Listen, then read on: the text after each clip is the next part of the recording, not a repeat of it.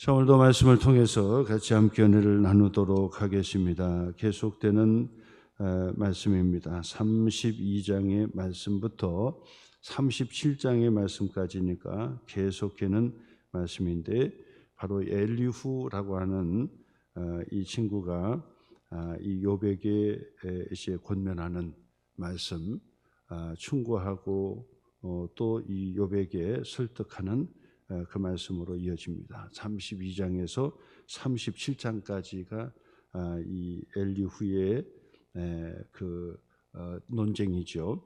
이 말씀을 계속해서 우리가 듣고 있습니다. 엘리후는 욥보다도 세 친구보다도 나이가 어리다고 그랬어요. 그래서 처음부터 끝까지 옆에서 하나하나 다 듣고 있었어요. 마음에 여러 가지 생각이, 복잡한 생각이 있었지만은, 그러나 나이가 어리기 때문에 나서지 않고 끼어들지 않고 꼭 참다가 이제 욥도 할 말 다 했고 새 친구들도 더 이상 반박하지 못하는 그 실정에서 엘리후가 이제 드디어 참다가 등장이 되죠. 그러면서 그 이야기를 합니다. 연장자 순이 되기 때문에 내가 말을 아꼈는데 내 몸에서 말이 폭발하고 있다는 거죠. 꾹 참았는데 이게 폭발이 된다. 그래서 내가 할 말은 하고 그리고 말을 하겠다 해서 욥도 그렇고 새 친구들도 그렇고 양쪽을 다치게 되는 거죠. 새 친구들에게도 이렇게 논리적으로 비약하고 또 논리적으로 욥을 설득하고 무릎 꿇게 하지도 못하면서 당신들은 비난하고 있고 더 이상 말을 잇지 못하고 있다라고 하는 얘기를 하고요. 욥에게는 당신이 아무리 의로워도 거룩하신 하나님 앞에서 어찌 의롭다고 스스로 그렇게 고집을 부리고 하나님 앞에 논쟁을 하려고 달려들고 있느냐. 하나님이 그 침묵하시는 이유가 있을 텐데 너는 어찌 기도응답이 없다고 하나님이 침묵하신다고 그러고 하나님 앞에 논쟁하면서 싸우듯이 그렇게 나갈 수가 있겠느냐라고 하면서 욥도 치고 새 친구도 치고 그러면서 이제 자기가 하고자 하는 그 말을 이제 시작하게 된다라고 하는 것이죠. 자, 그러면서 우리가 말할 때 중요한 게 뭐냐면 그 사람의 이 긴 말을 요약하잖아요. 그렇죠? 당신 말을 들으니까 당신은 이렇게 얘기를 하는데 나는 이렇다 이렇게 얘기하잖아요. 그러니까 상대방의 이야기를 요약해 준다고요. 근데 그게 이제 뭐 주제 파악을 못해서 다르게 요약해 줄 수도 있어요. 그러니까 그 사람의 의도를 캐치 못하고 내가 생각할 때는 네 말이 이렇다고 생각하는데 나는 이렇다 할 때 잘못 주제를 파악할 수도 있겠지요. 근데 대부분은 신중하게 잘 들으면 그 사람의 요지를 파악한다고요. 그래서 너는 한마디로 네가 긴 얘기했는데 네 주장은 이거 아니냐. 그런데 나는 이렇게 주장한다. 이런 얘기 하잖아요. 그러면 엘리후가 이 욥이 앞에서부터 긴 그 대답을 했단 말이에요. 긴 대답을 했어요. 그러면 엘리후도 그 요약을 해주지 않겠어요? 네 말은 지금 이런 거 아니냐. 사실은 오늘 성경의 그 말씀에서 보면은 이게 이제 우리가 성경을 볼 수 있는 지혜이기도 하지요. 왜냐하면 우리가 앞에서 욥의 긴 진술들을 다 들었지만은 때로는 이게 이제 읽다 보면은 신중하게 우리가 좀 잘 파악해서 읽으면은 모를까. 그렇지 않으면은 이게 도대체 욥이 뭔 말하는지를 모르죠. 그 자기의 의를 막 주장하는데 이게 도대체 뭔 말인지 그 문장과 저 앞뒤 문맥을 빼고 얘기를 하면은 뭐 옳은 말 같기도 하고 이게 뭔지를 모른단 말이에요. 그래서 제가 말씀드렸던 것처럼 이 성경은 반드시 행간을 읽을 줄 알아야 된다. 이게 중요하죠. 행간을 읽을 줄 알고 이 전체적인 이 정황을 파악할 줄 알아야 돼요. 그것을 하지 못하고 계속해서 문자적으로만 본문 몇 장 몇 절 가지고만 자꾸 얘기하잖아요. 그러면 3000% 빠지는 거예요. 네, 이것이 바로 욥기서를 우리가 보면서 아주 확연하게 드러나지 않아요? 근데 욥기서만이 아니에요. 뭐 이 성경의 어떤 책이든지 다 마찬가지예요. 전체 그림을 가지고 주제를 확고하게 잡고 그리고 난 다음에 하나씩 하나씩을 그것을 점검해 보는 거예요.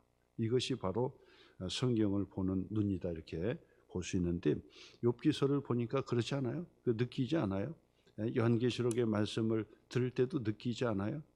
구절 구절을 읽다 보면 도대체 이게 뭔 말인지 모르지만은 전체 큰 것을 딱 잡고 가면은 거기서 벗어날 수가 없다라고 하는 말씀을 제가 드리면서 욥기서의 말씀도 그런데 그 중에 이제 팁 중에 하나가 이제 뭐냐면 앞에서 욥이 길게 말했잖아요. 그리고 또 이 엘리후도 이 32장에 이제 서론격으로 그 말하는데 이 서론이 또 길었다고요. 그러니까 뭐 내가 나이가 어린데 어쩌고 저쩌고 얘기하고 뭐 욥은 어쩌고 또 새 친구도 어쩌고 저쩌고 막 얘기를 한다. 그게 결국 뭐냐면 내가 들은 얘기를 하겠다라고 하는 얘기거든요. 근데 앞서 32장은 이제 그런 그 서론이 길었어요. 그리고 나서 이 엘리후가 오늘 성경의 그 말씀에 보세요. 결국 나도 할 말을 하겠다라고 하는 거거든요. 그러면서 그 6절 말씀 보면 또 이런 말을 하잖아요. 나와 그대가 욥이죠. 나와 그대가 하나님 앞에 동등하니 나도 흙으로 지으심을 입었은즉 내 위엄으로 그대를 두렵게 하지 못하고 내 손으로는 그대를 누르지 못하느니라. 이런 표현을 하잖아요. 그러니까 결국 나 어리다고 괄시하지 마라. 내가 경험이 없다고 괄시하지 마라.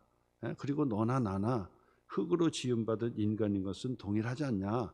그렇기 때문에 내가 폭력을 써서 당신을 제압할 수도 없고 입을 틀어막고 내 주장을 집어넣을 수도 없고 그렇지는 못하다. 그러나 내가 비교해 볼 때 뭐 그렇게 지혜가 떨어지고 경험이 없고 연륜이 없다고 해가지고 내가 부족한 사람은 아니다. 그러니 너나 나나 동일한 흙으로 지음받은 동일한 존재이니까 내 말을 귀담아서 한번 잘 들어봐라. 그런 서론에 길어요. 엘리후가 이 서론이 길고 그리고 이 서론에 이거를 가만히 들어보면은 결국은 그 나 무시하지 말라 그 얘기거든요. 나 무시하지 말라. 우리가 대화를 할 때도 이제 이게 이제 너무 많이 등장이 되면 잘못 이 교만한 그런 그 모습이 드러나죠. 자기의 어떤 말의 신빙성과 그 이제 권위를 주기 위해서 자꾸 거기다가 붙여놓는 게 있잖아요. 그래서 나는 뭐 공부를 많이 했고 어디를 나왔고 또 박사를 받았고 막 이런 얘기를 이게 덧붙이는 이유가 뭐예요? 결국은 내 말을 신뢰해 줘라. 내 말에 퀄리티가 있고 또 권위가 있다라고 하는 것을 자꾸 얘기하는 거다. 목사님들도 마찬가지죠. 목사님들도 막 가운을 입어 대고 막 공부도 하고 막 그거를 막 하는 것들도 결국은 뭐냐면 성도들이 그 목회자의 이 설교를 하나님의 말씀처럼 잘 들으라고 하는 거거든요. 그게. 근데 뭐 그렇지 않고 너나 나나 똑같고 막 그러면 누가 거기에 귀를 기울이고 들으려고 하겠어요. 너 한마디 해보라, 나도 한마디 해보겠다. 뭐 이러면 그게 설교가 되질 않죠. 그냥 공부하는 성경 공부를 한다든지 뭐 할 때는 뭐 그렇게 함께 논의도 하고 하겠지만은 설교할 때는 누가 손들고 목사님 이의가 있습니다. 내 생각이 따로 있습니다. 이렇게 해가지고는 설교가 되지 않지요. 설교는 그래서 가르치는 디다케도 있지만은 이 가르친다는 것이거든요. 디다케도 있지만은 캐리그마라고 합니다. 캐리그마. 그 캐리그마라고 하는 것은 뭐냐면 일방적인 거예요. 이거는 논의할 것이 안 되는 거예요. 이건 서로 토론할 것이 아니에요. 그냥 일방적으로 선포한다. 그죠? 선포죠. 그게 캐리그마예요. 그 설교는 캐리그마가 많아요. 가르치는 것도 있지만은 캐리그마가 많다 그 말. 성경의 창세기의 말씀부터 요한계시록의 말씀까지도 마찬가지예요. 거기에 가르치는 것도 있고 논의해봐야 될 것도 있지만은 또한 그 속에는 많은 부분이 캐리그마가 있는 거예요. 캐리그마가. 그 얘기는 뭐냐면 논의할 필요도 없이 일방적으로 선언해버리는 거죠. 창세기 1장 1절부터가 그거 아니에요? 태초에 하나님이 계시니라. 이거는 가르치려고 하는 게 아니에요. 토론해보자고 하는 것이 아니에요. 그냥 선포하는 거예요. 하나님이 계시다는 거예요. 그렇죠? 그것이 선포예요, 그냥. 그리고 하나님께서 세상 우주 만물을 말씀으로 창조하셨다. 말씀하시니 빛이 생기고 뭐 우주가 탄생했다라고 하는 거예요.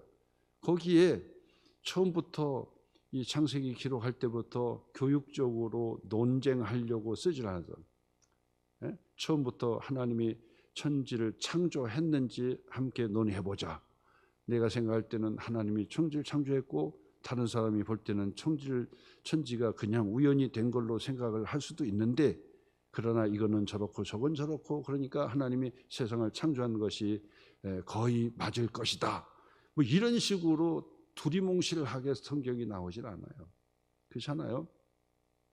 그렇게 나오는 거 봤어요? 그렇게 나오지 않는다. 그 다음에 모세가 홍해를 육지처럼 이스라엘 백성과 건넜다고 그러는데도 거기서 논쟁하지 않는다고. 그냥 하나님께 기도했더니 홍해가 갈라져서 그 모세와 이스라엘 백성들이 육지처럼 건넜다는 거예요. 그걸 얘기하는 거지, 논증해보자. 그래서 이 자유주의 신학을 하는 사람들은 논증해보자.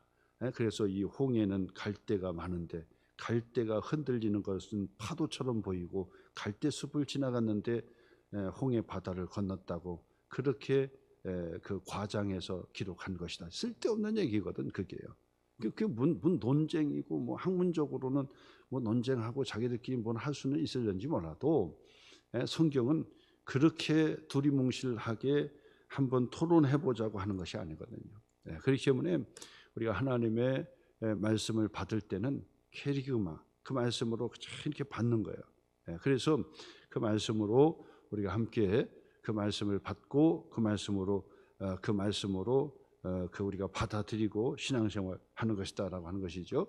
자, 엘리후가요, 바로 이런 너무 많이 하다 보면은 또 이 엘리후가 상당히 그 교만해 보이는 게 이제 드러나거든요.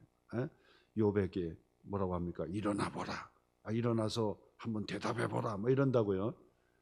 근데 욥에게 지금 힘도 빠지고 기운도 없고 막 힘들고 나이는 먹어가고 막 힘들고 막 뼈가 쑤신다고 그러고 막 이런 사람에게 일어나 봐라.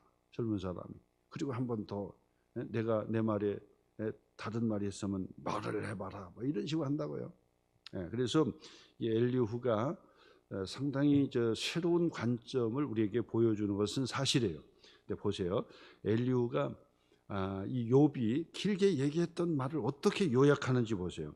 이게 상당히 팁을 주는 거죠. 9절 말씀인데 한번 표시해 보세요. 9절 한번 표시해 보고 9절에서 11절까지예요.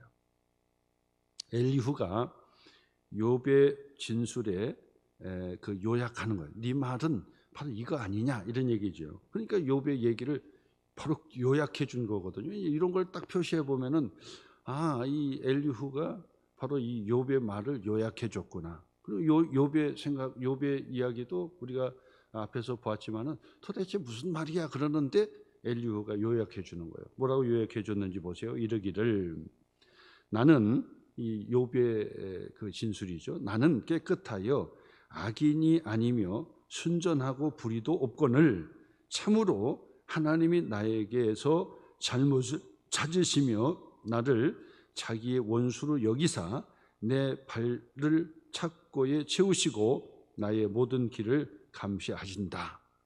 네가 지금 하는 요점이 바로 요거 아니냐. 요것도 요약하면 뭐죠? 나는 하나님 앞에 이렇게 큰 고난을 당할 정도로 내가 이 못되게 죄를 짓고 살지는 않았다. 그 얘기거든요. 계속해서 이 욥이 말하는 게 그거 아니에요? 계속해서 그겁니다.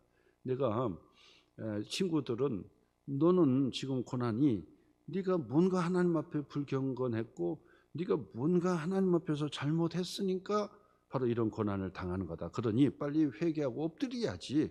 눈을 깔고 고개를 숙이고 엎드려야지. 네가 어떻게 고개 뻣뻣이 들고 하나님께 따지에 묻는다고 그렇게 하느냐. 그 자체부터도 교만이다. 그러니 눈 깔고 고개를 숙이고 엎드려라라고 하는 것이 세 친구들의 그 입장이라고요. 그러면 그 세 친구들은 무엇에 대한 관점, 무엇에 대한 생각일까요? 바로 고난이라고 하는 것은, 고통이라고 하는 것은 하나님께서 죄에 대한 징벌이다. 죄에 대한 징벌이다라고 하는 것으로 단정진 거거든요. 죄의 결과다라고 단정진 거예요. 근데 욥은 뭐라고 하는 겁니까? 아니다. 그렇지 않다. 그렇지 않다는 거예요. 나는 절대로 죄를 하나님 앞에 이 완전할 수는 없지만은, 그러나 내가 이 정도로 고난을 당할 정도의 죄를 짓고 악하게 내가 살은 사람이 아니다. 나도 하나님 보실 때 그렇게 온전할 수는 없지만 그래도 내 나름대로는 철저하게 남을 돕고, 그리고 내가 다른 사람을 사랑하고 미워하는 사람도 없었고, 그 다음에 어려운 사람 있으면 그냥 지나치지 않았고, 그리고 다 했고, 기도할 거 기도했고, 또 주일 성수할 거 주일 성수했고, 예배도 드리는 것도 예배 드렸고, 혹시나 내 자녀들이 하나님 앞에 불의한가 있어서 내가 우리들이 알지 못하는 죄까지도 하나님 앞에 회개하면서 예배로 내가 나갔던 사람이다. 그렇게 얘기하는 거예요. 그러니까 그 세 친구들은 그럼 도대체 그러면 너는 뭐 때문에 그런 고난을 받는 거냐? 나도 모른다. 그래서 내가 하나님 앞에 부르짖고 하나님 앞에 묻는 거 아니냐? 도대체 무슨 까닭으로 내게 이런 고난과 고통이 오는 것인지 하나님께 나도 묻는 거다. 근데 하나님이 침묵하시는데 내가 들을 수가 없다. 하나님 침묵하시니. 그러니 내가 말할 수도 없고 나도 이유를 모른다. 그러나 최소한 너희들이 나를 비난하는 것처럼 죄 때문에 내가 당하는 것은 아니다 라고 하는 것이 바로 논리거든요. 자, 근데 이 엘리후는 바로 이 상황에서 새로운 관점을 딱 열어준 거거든요. 새로운 관점을 열어주는 거예요. 이게 기가 막힌 거죠.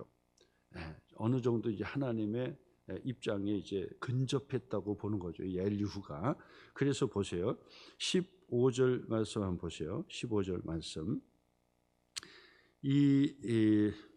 욥이 내가 의롭다라고 하는 것은 반박을 했어요. 하나님 앞에서 네가 어찌 의롭다고 주장할 수 있느냐라는 것을 반박했지만은, 그러나 너의 죄 때문에 바로 고난이 온 것이 아니다라고 하는 욥의 입장에서 새로운 관점을 이 엘리후가 제시하고 있는 거예요. 그게 뭐냐면 15절 말씀 표시해 보세요. 이게 이제 바로 이 엘리후가 말하고자 하는 것이 전체가 이거예요. 물론 나중에 이제 욥도 비난도 하고 뭐 새 친구도 비난도 하고 자기 잘난 척도 하고 막 하지만은 가장 중요한 것이 이제 엘리후가 하고자 하는 것이 바로 여기에 있어요. 15절 말씀 보세요. 사람이 침상에서 졸며 깊이 잠들 때에나 꿈에나 밤에 환상을 볼 때에 그가 사람의 귀를 여시고 경고로서, 그 표시 보세요. 경고로서 두렵게 하신다. 경고라는 말을 하고 있죠. 경고로서. 그 다음에 17절. 이는 사람에게 그의 행실을 버리게 하려 하심이며 사람의 교만을 막으려 하심이라. 교만을 막으려 하심이라.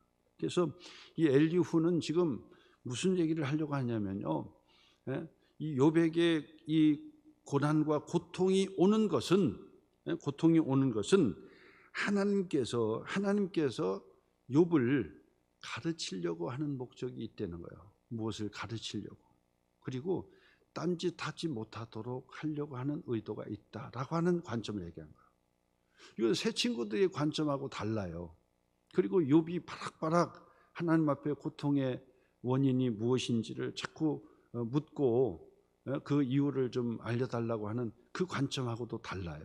근데 이 엘리후는요, 지혜롭게 바로 그걸 찾은 거예요. 하나님께서 우리에게 고난을 주신 것은 우리를 교만하지 않도록 하기 위해서, 하나님께서 우리에게 고통을 주시는 것은 우리에게 경고를 주시는 것으로, 경고를 주셔. 어떻게 경고 주신다고 하죠? 침상에서 졸 때, 깊이 잠들 때, 꿈이나 밤의 환상을 통해서도. 그러니까 하나님께서 잠잘 때 꿈으로도 경고 주실 때가 있다는 거예요. 꿈으로도. 그리고 환상을 통해서도 하나님께서 깨닫게 해주실 때가 있다는 거예요. 그리고 또 나가서 이 사람들의 만남을 통해서도 사람들이 반응하는 것잖아요. 그것을 통해서도 내게 깨우침을 주려고 하는 것이 있더라는 거예요. 상대방이 내게 상처되는 말을 했고 또 상처를 줬단 말이에요. 근데 그것이 왜 하나님 내게 이런 고통을 주십니까? 라고 하지만은 엘리후가 볼 때는 바로 상대방이 애매하게 고난을 내가 당하지만은 그러나 그것을 통해서 네가 더 겸손하도록 그리고 하나님 앞에 더 매달려 기도하도록 그런 하나님께서 우리를 선한 길로 이끌어 가시기 위해서 구덩이에 빠지지 않고 우리를 일으켜서 우리를 끌어내게 하기 위해서 하나님께서는 이 고난을 우리에게 주시는 수가 있다라고 하는 관점으로 엘리후가 얘기하는 거예요. 그러니까 욥에게도 그 얘기하는 거죠.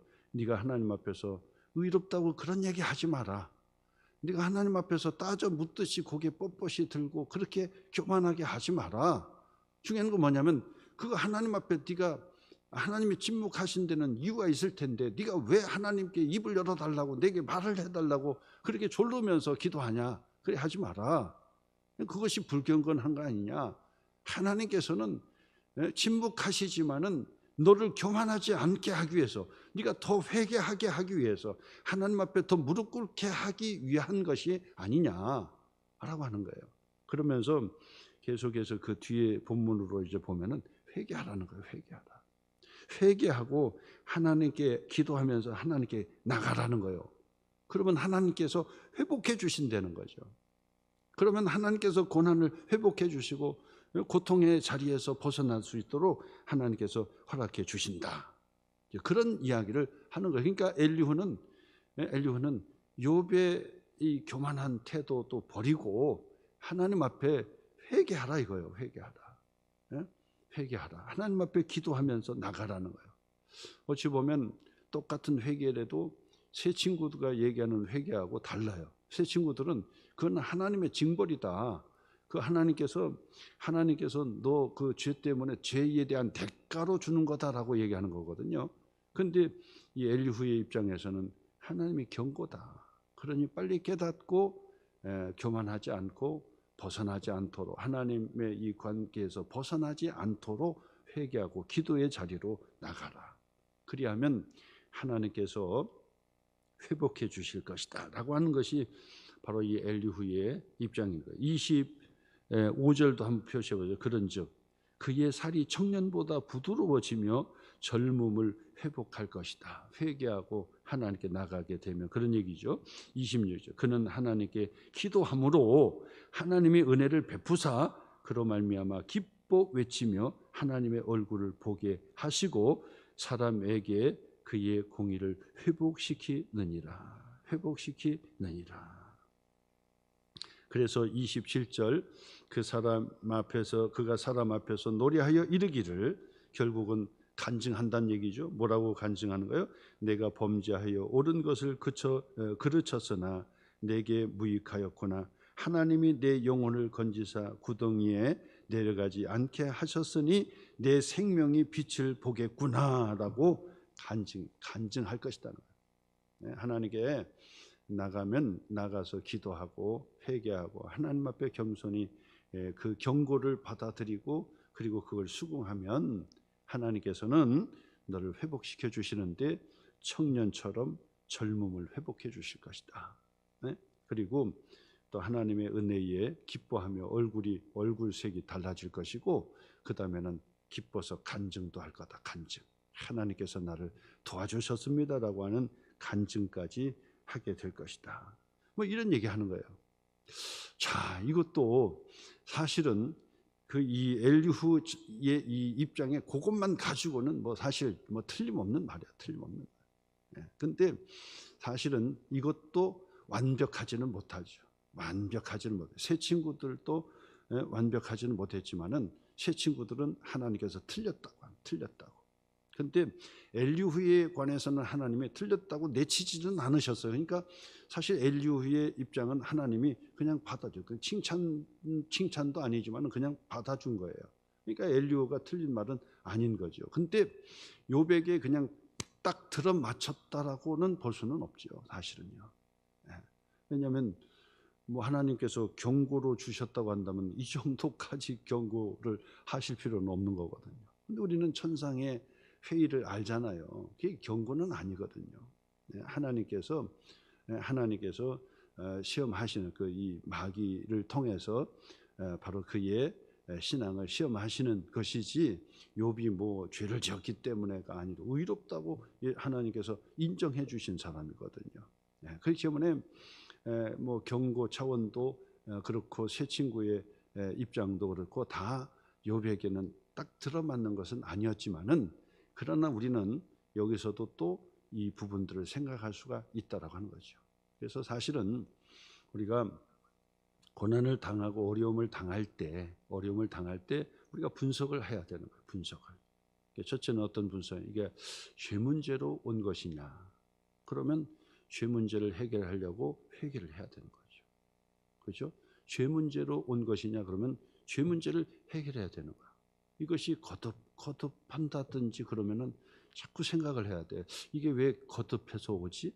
그러면 이거는 분명히 이거는 내가 하나님 앞에 회개해야 될 부분이 있는 것 같다. 그러면 하나님 앞에 죄의 결과로 왔습니다 해서 회개해야 되는 부분이 한 부분이 있고요. 그러니까 새 친구들이 말하는 논리적인 것도 하나의 부분이 될 수 있다는 거죠. 욥에게 해당이 되는 건 아니었지만은 해당이 되는 거죠. 그다음에 두 번째로는 뭐냐면, 내게 고난이 오고 막 그러면은 이거는 하나님께서 내게 경고해 주시는구나. 두 번째, 회개할 것이 아니야. 이거는 회개하고는 문제가 아니야. 내게 경고해 주시는구나. 내가 깨우침을 받고 내가 지혜롭게 그렇구나. 내가 이렇게 살아야 되겠구나. 그래서 바로 이 엘리후가 이제 언급했던 것처럼 깨우치는 거예요. 깨우쳐 가지고 내가 하나님 앞에 내가 다시는 이런 길로 가지 않겠습니다. 하나님의 경고의 차원의 이 고통을 깨닫는 거예요. 그래서 이게 이런 것이 왔구나 해서 두 번째로. 그다음에 세 번째로는 뭐냐면, 이게 경고도 아니고 내가 죄 문제를 회개해 가지고 될 문제가 아니에요. 회개해야 될 문제가 아니고 경고도 이런 경고 아니에요. 그럼 세 번째는 뭐냐면, 하나님께서 나를 이 인내하라고 하나님께서 내게 주시는구나. 인내하라고 주시는구나. 그렇죠? 그것을 깨닫는 것이 세 번째.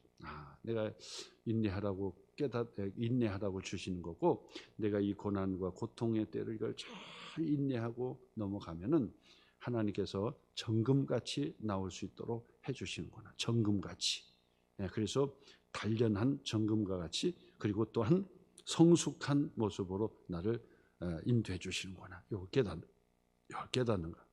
그 다음에는 그것도 저것도 다 아니고 그러면 이게 인생은 결국은요, 고난 가운데 하나님 앞에 서는 거예요. 그래서 죄가 있고 없고를 떠나서 나이가 들고 그러면 다 아픈 데가 있는 거예요. 고통이 있는 거예요. 아픈 데가 있는 거예요.